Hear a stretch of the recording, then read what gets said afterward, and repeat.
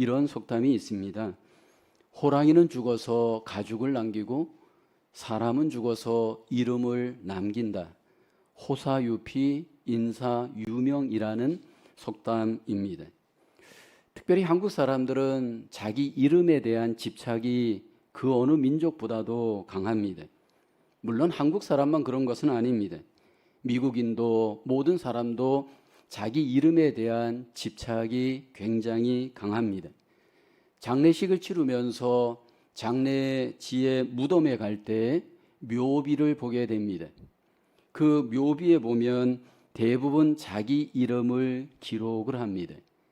직분이 기록되고 이름이 기록되고 성구가 기록되어진 묘비를 보게 되어집니다. 죽어서까지도 우리는 자기 이름을 남기고 싶어 하고 자기 이름에 대한 집착을 합니다. 이것이 바로 인간이 갖고 있는 이기성의 죄성, 자기애의 죄성입니다. 유명한 종교개혁자였던 칼빈이라는 분이 있습니다. 신앙적으로 굉장히 교회사에 유명했던 분입니다. 죽을 때 그가 유명한 유언을 남깁니다. 내 무덤에 묘비를 세우지 말고 내 무덤에 어떤 나의 흔적도 없도록 해 주십시오. 그렇게 유언을 남겼습니다. 그래서 그가 죽은 후에 무덤의 묘비에 그의 이름을 기록하지 않았습니다. 그러나 사람들이 그를 추모하면서 너무 이게 아쉬워서 그 무덤의 묘비에 약자를 기록하여 넣습니다. 잔 칼빈의 약자 JC 요 두 잔만 기록하여 묘비에 넣어두었다라고 합니다. 그래서 많은 순례객들이 그 잔 칼빈 무덤 앞에 가서 은혜를 오히려 많이 받는다라고 합니다. 그리스도인들은 자기 이름을 위해 살아가는 자가 아닙니다. 그리스도인들은 오직 예수 그리스도의 이름을 위해 살아가는 자들입니다.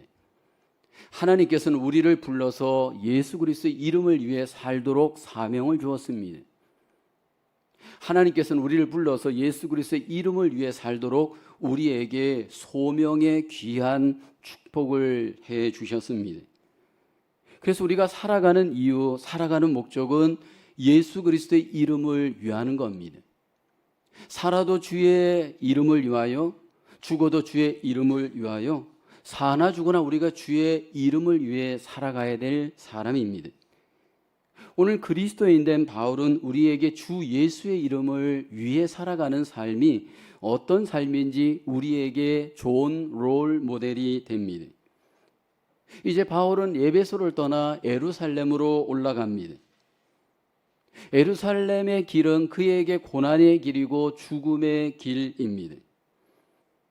그가 올라가는 가운데 가이사랴 지역에 머물며 성도들과 교제할 때 그 길을 올라가지 말라 권면하기도 합니다.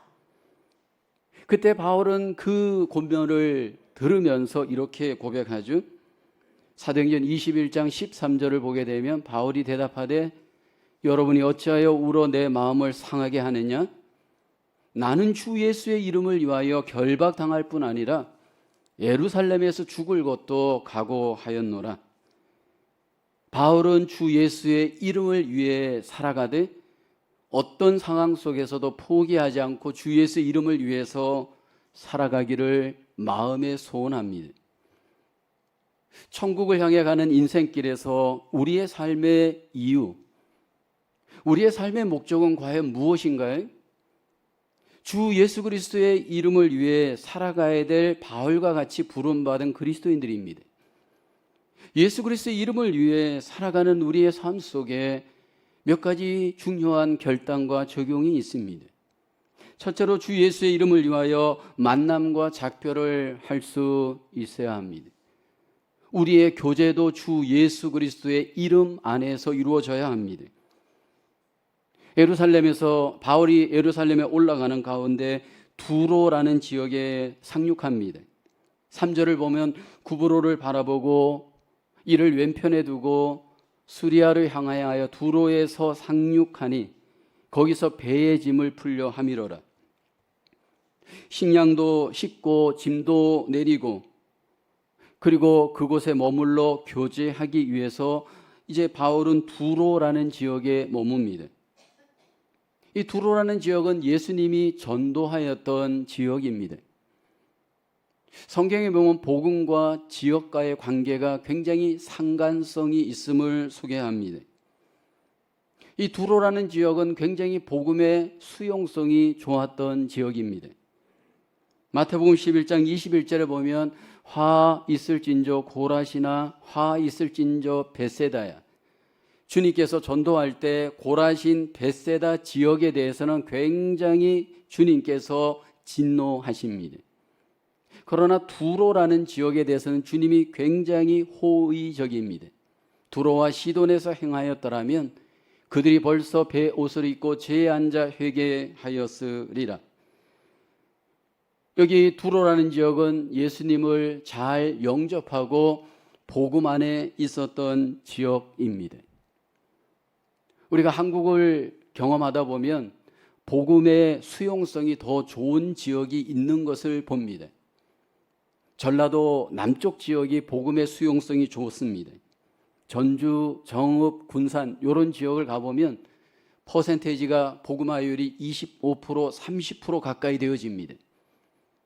근데 북쪽으로 갈수록, 산 쪽으로 갈수록, 해변 쪽으로 갈수록 복음에 대해서 굉장히 거부하는 지역이 많습니다. 미국도 바이블 벨트 지역이 전부 아래쪽에 있잖아요. 미국 남부 쪽에 가면 복음화율이 굉장히 높습니다. 북동부 지역일수록 복음화율이 굉장히 낮잖아요. 여기 두로라고 하는 지역은 예수 그리스도에 대해서 수용성이 좋았던 지역이었고 이미 그곳에는 예수를 믿고 제자들이 머물러 있었던 지역입니다. 바울이 그곳에서 7일 동안 머물면서 교제의 기쁨을 나누게 되어집니다. 주 예수 그리스도의 이름으로 살아가는 자들은 주 예수 그리스도의 이름을 믿는 자들과 교제하는 기쁨이 있어야 됩니다. 사도 바울이 주 예수 그리스도의 이름을 위해 예루살렘으로 올라갈 때 그 이름을 믿는 자들과 함께 만나서 즐거운 교제를 나눕니다.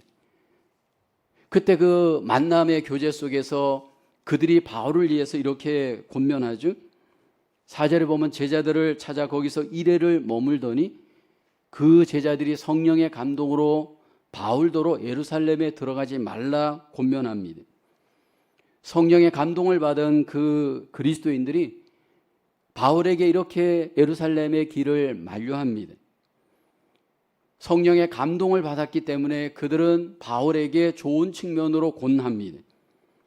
근데 바울도 성령의 감동을 받아 예루살렘으로 올라갑니다. 사도행전 20장 22, 23절을 보면 보라 이제 나는 성령에 매여 예루살렘으로 가는데 거기서 무슨 일을 당할는지 알지 못하노라. 23절에 보면 오직 성령이 각 성에서 내게 증언하여 결박과 환난이 나를 기다린다 하시나. 성령의 매임을 받은 사도 바울, 결박과 환난이 기다리는 것을 알았지만 이제 예루살렘으로 올라갑니다.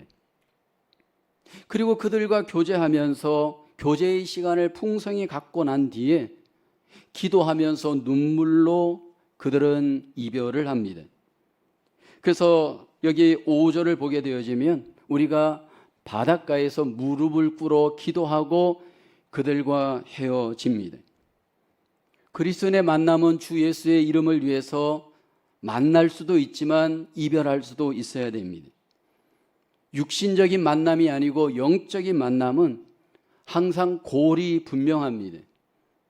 예수 그리스도의 이름을 위해서 우리는 믿음으로 사랑의 교제를 나누기도 하지만 또 사랑하지만 우리는 이별할 수도 있어야 됩니다. 사도 바울을 보게 되어지면 이렇게 영적으로 만남과 작별을 반복하면서 그 삶의 방향은 자기가 아니고 예수를 위해서 예수 그리스도의 이름을 위해서 예루살렘으로 지금 올라가고 있습니다. 나의 삶을 돌아볼 때 저와 여러분들의 만남과 작별, 만남과 이별의 중심이 누구인가요? 예수 그리스도인가요? 아니면 나인가요? 자기중심적으로 사람을 만나고 떠나보내는 사람들이 있잖아요. 내 감정을 중심으로 여러분 결정을 자기 감정에 두시는 분들이 있잖아요. 만남과 작별을 기도하고 아름답게 헤어지지 않고 감정이 미치지 못하면 감정 때문에 안 보면 그만, 그러면서 얼굴에 쌩까고 그냥 헤어지는 경우가 얼마나 많이 있습니까? 그리스도인의 교제는 주를 위해 만나기도 하고 주를 위해 헤어질 수도 있어야 됩니다. 때로 눈물이 나고 마음에 서운함이 있어도 예수 그리스도의 이름을 위해서 만나기도 이별하기도 해야 합니다. 심지어는 어떤 경우에는 가족까지도 우리가 때로 작별해야 될 때가 있잖아요. 아브라함이 하나님의 부름을 받았을 때 하나님의 그 부름을 그는 따르기 위해서 어떻게 합니까? 모든 친척과 가족을 두고 친척과 이웃들을 두고 그냥 떠나잖아요. 베드로가 주님과 주의 이름을 위해서 그 모든 배와 가족을 두고 주님을 쫓기도 하잖아요. 여러분, 내 감정 중심으로 혹시 나는 만남이 이루어지고 있지는 않나요? 저 사람하고는 나는 교제하기 싫어. 나는 이 사람하고만 내 스타일이야, 이 사람이. 그것은 여러분 주의 이름을 위하는 만남과 교제가 아닙니다.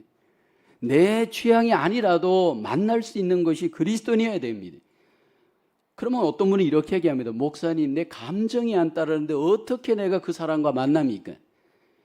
여러분, 그리스도인들이 감정을 따라가고 있다면 이것은 아직 어린 아이의 수준입니다. 그리스도인은 철저히 주님을 따라가는 순종을 내 마음으로부터 훈련해야 되는데, 내 감정의 솔직함을 따라 감정을 따라서 판단하고 만나고 헤어진다는 것은 여러분, 그것은 주의 이름을 방해하는 일입니다.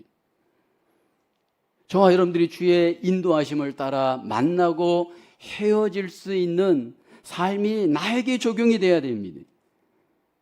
특별히 우리가 주 안에서 주의 이름을 위해 만날 때 만남 속에, 교제 속에 중요한 교제의 여러분 기준이 있습니다. 어떤 그리스도인의 만남도 부정적인 말 가운데 부정적인 만남이 되면 안 됩니다. 인간은 근본적으로 부정적이기 때문에, 부정적인 마음이 있기 때문에, 부정적인 말의 습관이 있기 때문에 거기에다 불을 지르게 되어지면 더 활활 타오릅니다. 그래서 여러분, 부정적인 습관의 사람은 부정적인 패턴을 벗어나기 너무 어렵습니다. 자랄 때부터 이미 그렇게 부정적으로 자랐기 때문입니다. 교회 생활을 할 때, 믿음 생활을 할 때 항상 그렇게 패턴을 해왔기 때문입니다. 저는 많은 교회를 섬기면서 느끼는 게 뭐냐면, 잘 되는 교회는 잘 되는 패턴이 있고요, 안 되는 교회는 안 되는 교회의 패턴이 있습니다. 교제의 패턴, 말의 패턴, 모든 것들이 이미 보이지 않게 다 패턴화되어져 있습니다. 교제를 할 때 부정적인 말로 여러분 상대방을 자꾸 판단하고 정죄하면 안 됩니다. 가르치려고 해서는 안 됩니다. 듣고 또 들어야 됩니다. 마음을 열고 귀를 열고 생각을 열고 상대방을 이해하려고 하셔야 됩니다. 왜냐하면 그것이 주님의 뜻이기 때문입니다. 여러분, 나와 취향이 다르고 나와 안 맞는 사람하고 만날 수 있는 것이 그리스도인이어야 됩니다. 목회를 하다 보면 목회자가 가장 배우는 게 그겁니다. 어떻게 여기에 있는 100명이 다 제 취향이겠습니까? 안 맞아요, 저하고 기본적으로 취향적으로는. 근데 여러분, 맞춰가는 겁니다. 근데 여러분, 그것을 만약 내 기준으로, 내 감정으로, 내 생각으로 저 사람은 내 패턴 아니고 이 사람은 내 패턴, 같은 패턴이라도 여러분 열흘만 사귀고 한 달만 사귀어 보세요. 거기서 거기입니다. 여러분, 좋은 게 계속 좋지 않고요, 나쁜 게 계속 나쁘지 않아요. 죄송하지만 사람은 거기서 거기에. 나는 자꾸 여러분 우열을 매기고 잣대를 메우지만 사람은 거기서 거기에. 하나님의 기준에서는 다 우리가 연약하고 부족해. 그러므로 우리에게 필요한 것은 뭐냐 하면 주님의 기준대로 가야 돼. 주님의 기준대로 만나고 주님의 기준대로 이별할 수 있는 삶이 그리스도인입니다.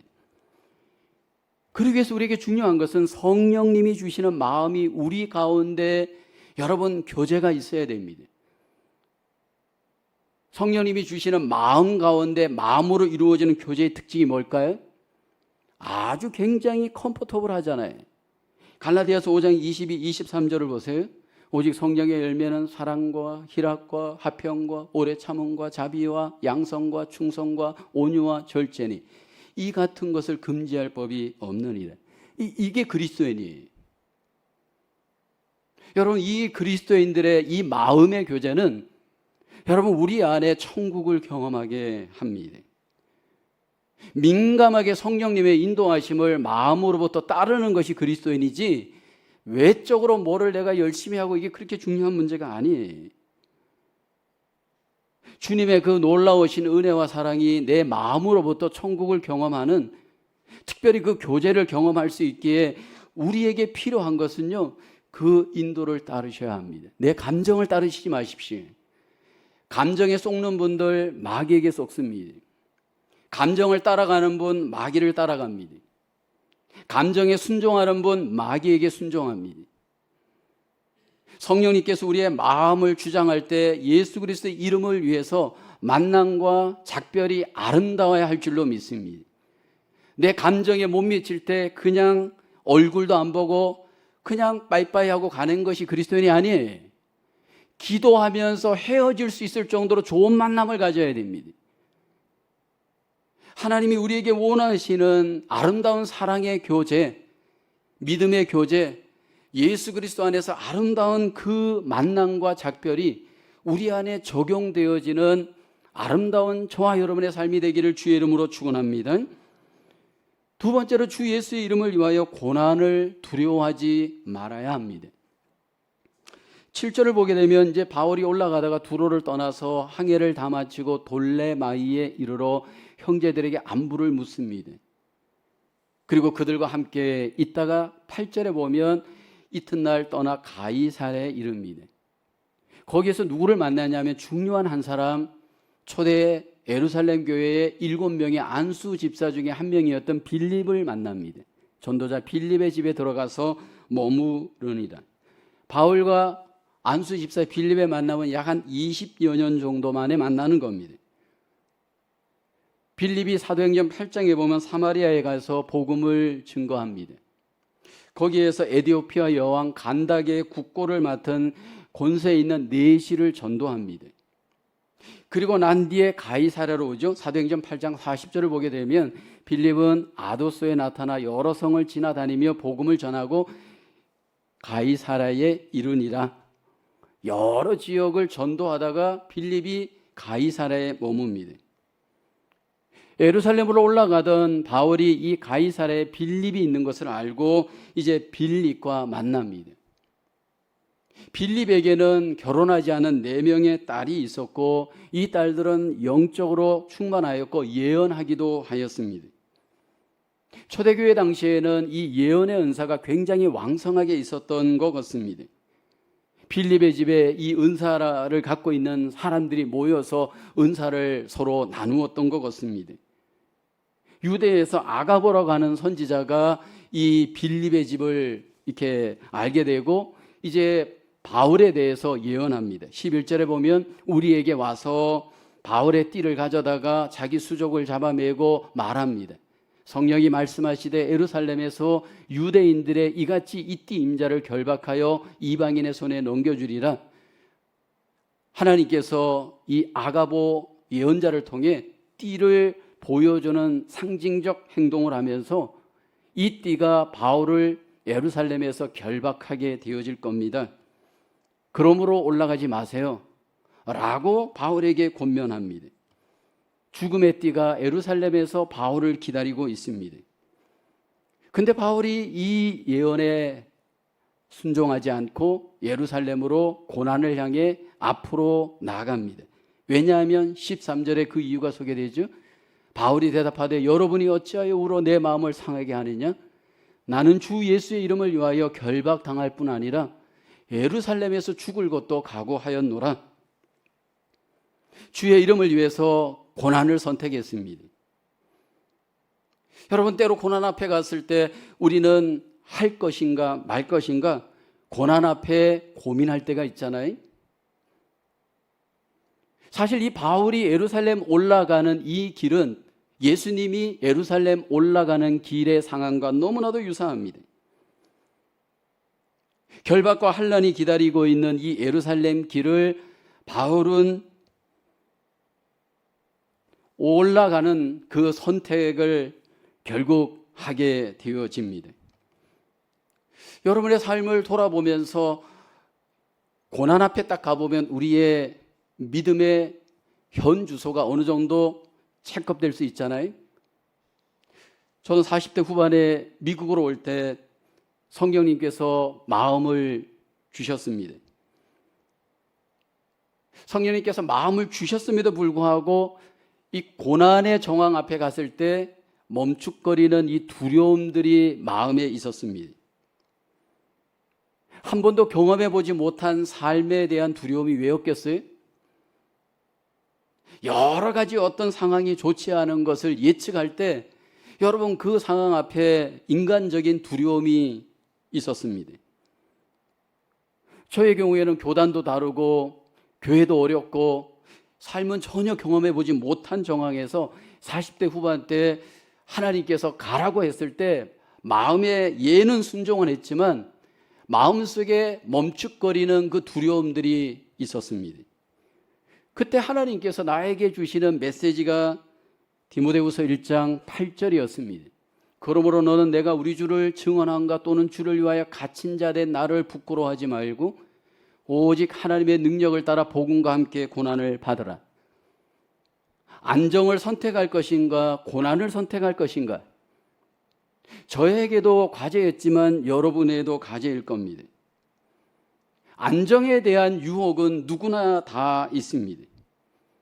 예수님께서 예루살렘으로 올라갈 때 안정에 대한 욕구가 강했던 제자들은 예수님께 말합니다. 주여 그리하지 마옵소서. 이 일이 결코 주에게 미치지 아니하리이다. 안정된 길로 가십시오 주님. 고난의 길을 가지 마세요. 제자들이 그렇게 주님께 말했을 때 주님이 뭐라고 하시죠? 사단아 내 뒤로 물러가라. 주님께서는 그 말을 하는 베드로를 향해서 사단이라고 말씀을 하십니다. 왜요? 너가 하나님의 일을 생각하지 않고 사람의 일을 생각한다.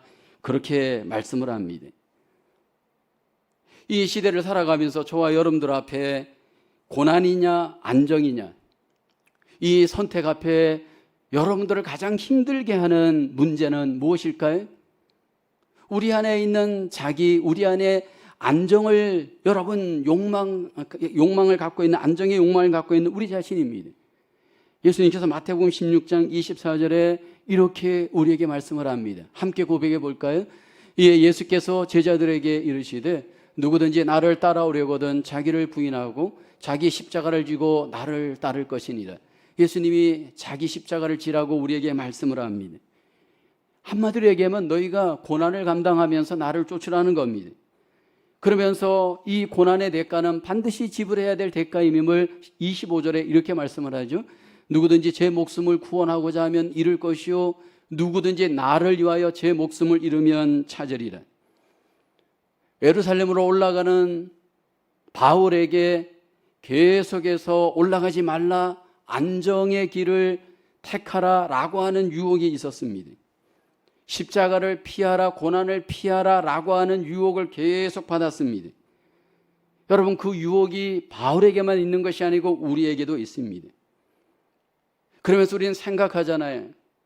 왜 하필이면 예루살렘에 복음이 필요한가?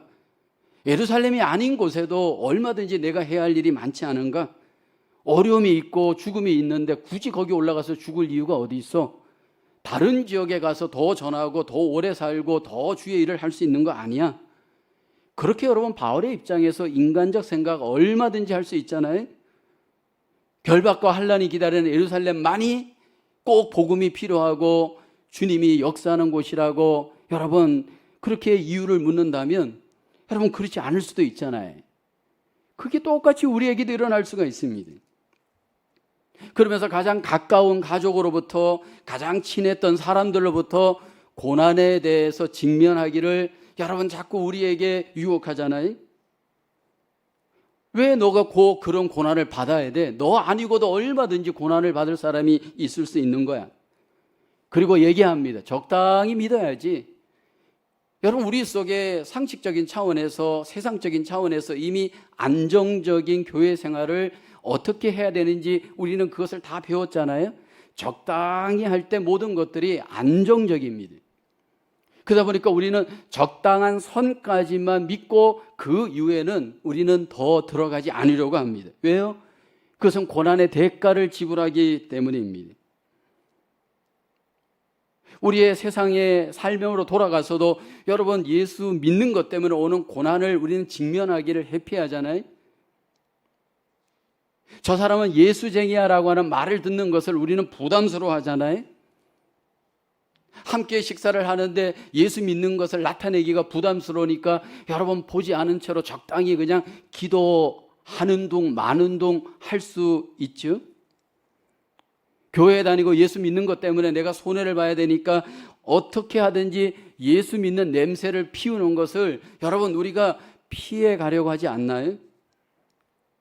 그러면서 우리는 나의 자존심을 내세우고 내 자존심 위주의 교회 생활, 내 자존심 위주의 직장 생활 할 수 있는 위험이 우리에게 있지 않나요? 근데 중요한 것은 내 안에 계신 예수님이 그것을 기뻐하느냐 문제입니다.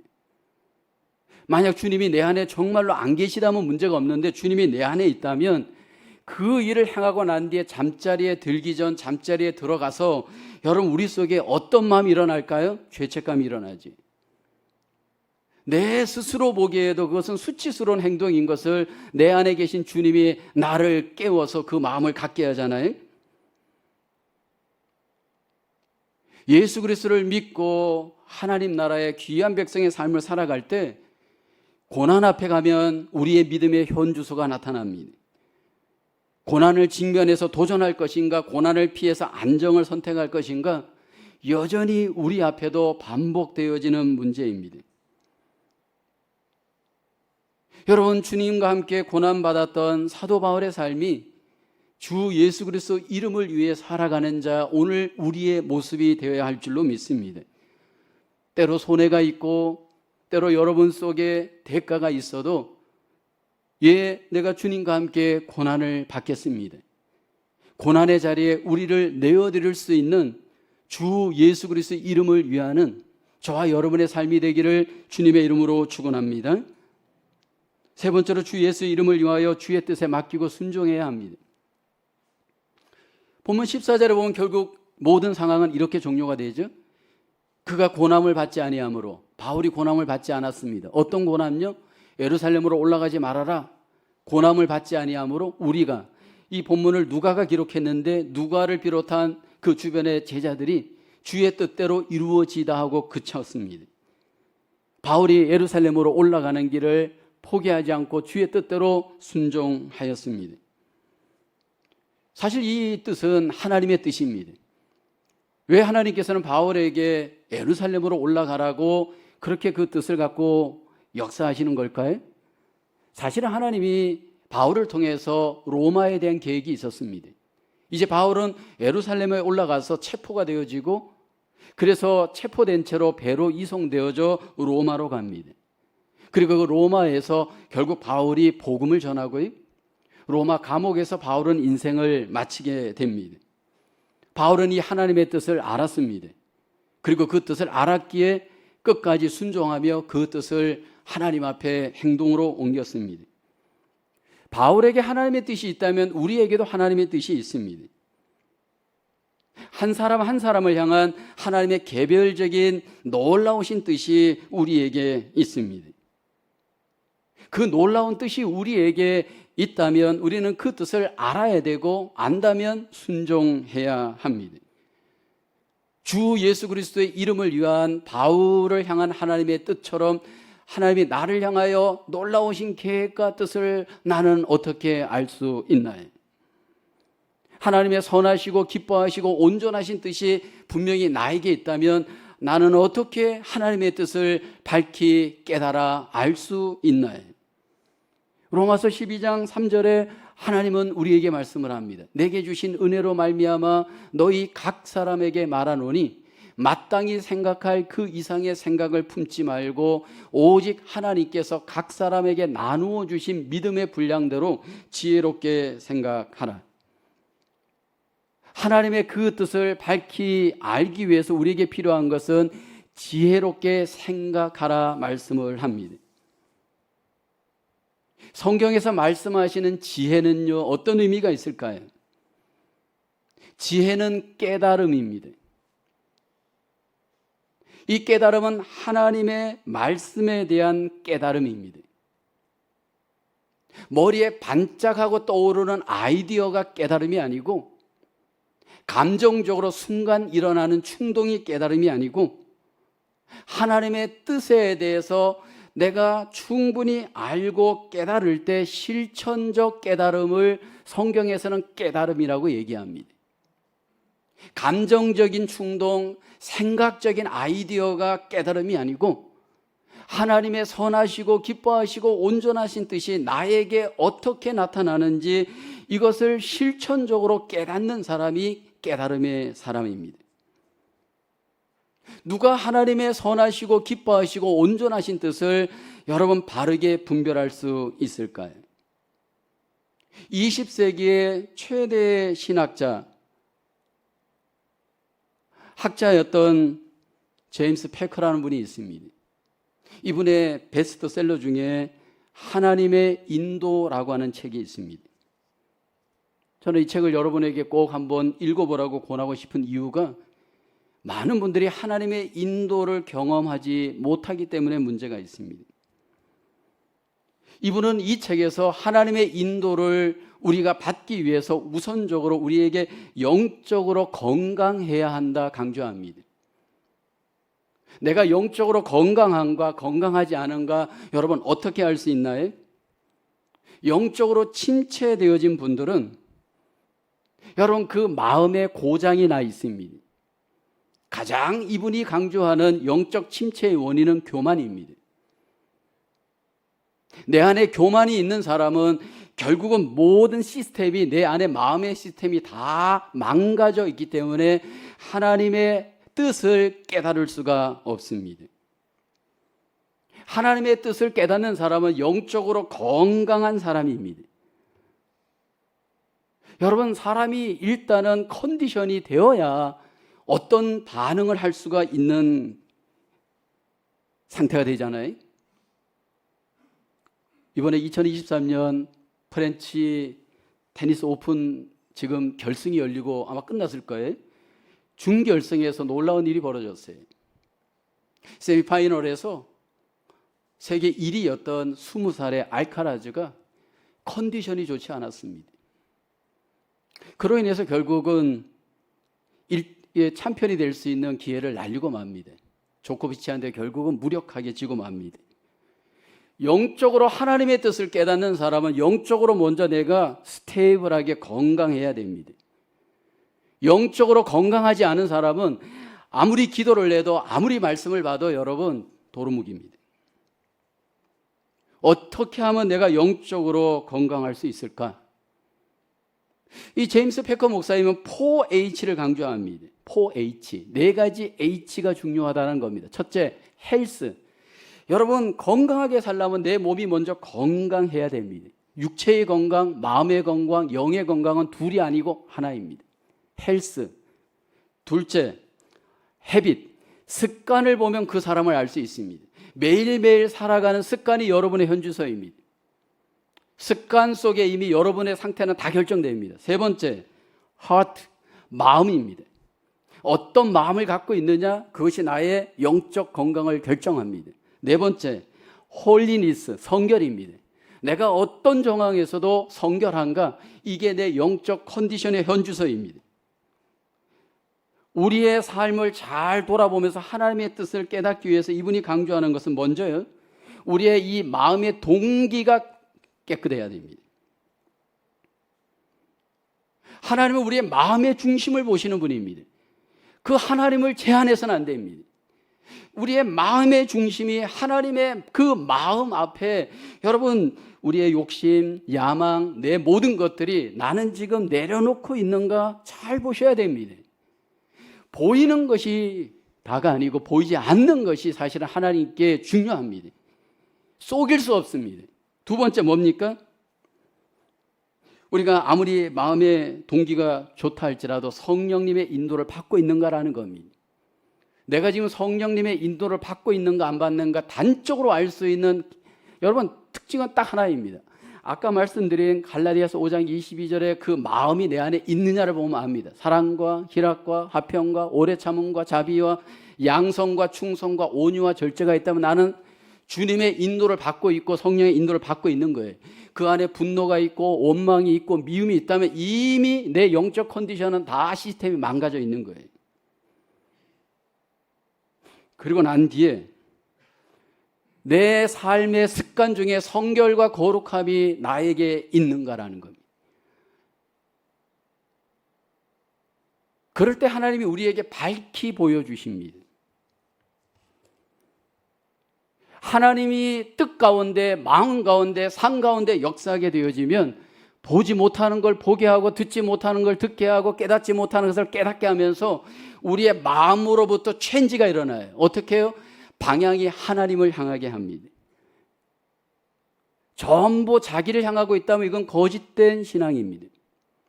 내 이름을 향하고 있다면 이것은 위선된 신앙입니다.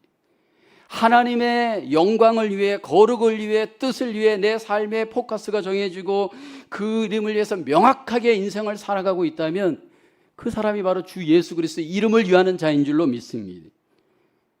왜 많은 사람들이 믿음 생활하는데 기쁨이 없을까요? 여러분 믿음 생활하는데 왜 계속해서 번민과 고민과 갈등만이 내 안에 충만할까요? 여러분 그 이유는 분명해요. 내 뜻이 앞서기 때문입니다. 내 안에 내 뜻과 주님의 뜻이 자꾸 충돌이 일어나는 거예요. 그러다 보니까 생각이 많아지고 고민이 많아지다 보니까 그 삶은 자기 중심인데도 자기는 몰라요. 내 안에 하나님의 뜻이 내 뜻이 되어지면 그때부터 삶은 스테이블하게 됩니다. 안정되게 됩니다. 왜요? 방향이 정해졌잖아요. 어떤 방향요? 주 예수 그리스도의 이름을 위하는 삶의 방향으로 나는 살든지 죽든지 주님을 향해서 살아가게 되어지는 줄로 믿습니다. 신앙생활은 자기를 위하는 게 아닙니다. 신앙생활은 자기 이름을 나타내는 것이 아닙니다. 교회 생활, 믿음 생활 한다 하면서 여러분 만약 내가 내 이름을 드러내고 나를 드러내는 믿음 생활을 했다면 그건 주의 이름을 위하는 것이 아니라 주의 이름을 막는 겁니다. 성경의 사도 바울을 보게 되면 타협하지 않잖아요. 그리고 명확한 고를 갖고 결국 예루살렘으로 올라갑니다. 우리 예루살렘은 천국입니다. 천국 가는 그 순간까지 저와 여러분들 속에 항상 주 예수 그리스도의 이름을 위하는 그 거룩한 동기, 그 거룩한 목표, 거룩한 목적이 우리에게 고리될 수 있기를 주의 이름으로 축원합니다. 주 예수 그리스도의 이름을 위해서 하나님이 우리를 불렀습니다. 주 예수 그리스도의 이름을 위해 우리에게 살라고 하십니다. 주 예수 그리스도의 이름을 위해서 우리는 먼저 교제할 수 있어야 됩니다. 내 감정, 내 생각 내려놓고 오직 주 예수 그리스도의 이름을 위해서 만나고 헤어지면서 주님 중심의 교제를 해야 합니다. 더 나아가 그것이 비록 안정을 넘어선 고난이지만 주 예수 그리스도의 이름을 위해서 우리는 받은 은혜를 기억하면서 고난받을 수 있어야 할 줄로 믿습니다. 그리고 주 예수의 이름을 위해서 우리가 끝까지 주의 뜻대로 순종하며 하나님의 영광을 위해 살아갈 때 하나님의 뜻이 우리를 통해 이루어지게 될 줄로 믿습니다. 우리의 삶이 주의 뜻을 위해 주의 이름을 위해서 거룩하게 아름답게 승리하시는 바울 같은 삶이 되어지기를 주님의 이름으로 축원합니다. 기도합니다. 하나님, 그 크신 은혜와 사랑을 진심으로 감사합니다. 허물과 죄로 죽었던 우리를 부르시고 예수 그리스도를 믿는 자녀 되게 하시고 우리 안에 성령님을 보내주셔서 주의 뜻 따르게 하심을 감사합니다.